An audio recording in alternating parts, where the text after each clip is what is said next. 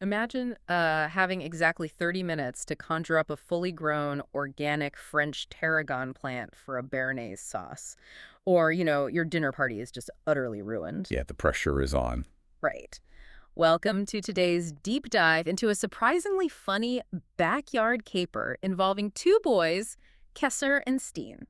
Our mission today is to uncover how they pulled off this, like, brilliant gardening shortcut in a no-dig setup. And why knowing your plant varieties might actually save your next barbecue.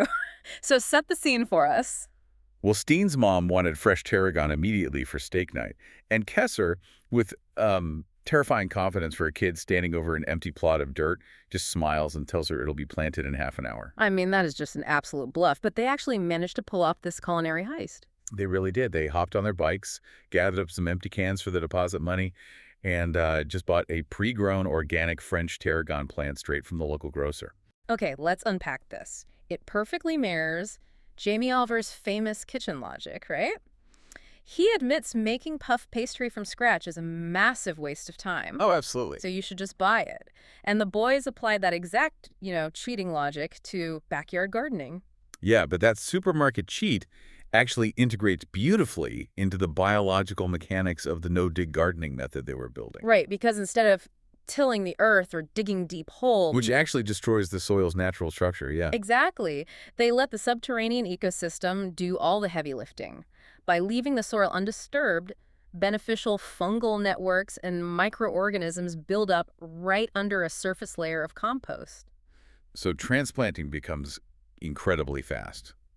What's fascinating here is you avoid the roost shock you normally get with traditional digging. Wait, so how did they actually plant it? They literally just took the potted plant, used a small trowel to push the surface compost aside, and dropped the plant right in. It's just like that. Just like that. The soil web stayed perfectly intact. Yeah.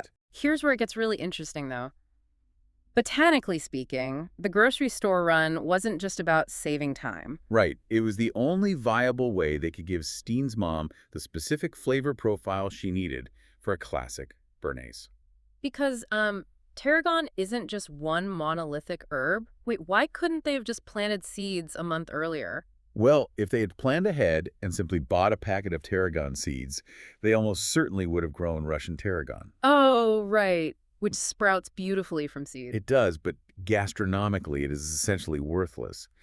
This false tarragon looks the part, but the flavor is just completely bland. Yeah, a Bearnaise sauce made with Russian tarragon is a culinary disaster. You need French tarragon for that distinct sharp anise aroma. Exactly. And the catch is that French tarragon is notoriously sterile.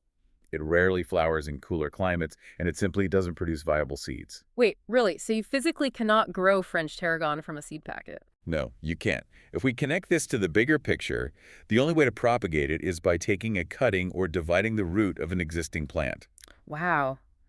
So if you didn't prepare a cutting the previous year, buying a potted plant that a greenhouse already propagated is literally your only move. Yep. The boys inadvertently adhered to strict botanical science. Their shortcut was mathematically the only way to acquire the true little dragon herb. Little dragon. Yeah, that's the literal translation of its Latin name, Drocunculus. Oh, that's awesome. So, if you ever find yourself stressing out over starting an organic garden completely from scratch, just remember Kesser and Steen. For sure. Sometimes picking up the potted plant at the grocery store is the smartest and scientifically most accurate move you can make. Especially when dealing with a no-dig setup and sterile herbs. Buying the puff pastry or the potted tarragon doesn't make you any less of a chef or gardener. It just means you know how the system works. I completely agree. But before we wrap up this deep dive, there is one detail from the sources to mull over. Oh, what's that? Well, if French tarragon is completely sterile and the only way to reproduce it is by humans physically dividing the roots or taking cuttings from an existing plant, Yeah. does that mean every single French tarragon plant making Bearnaise sauce around the world today is technically a living clone of one ancient original mother plant? Oh, wow. I hadn't thought of that. Think about that next time you fire up the grill.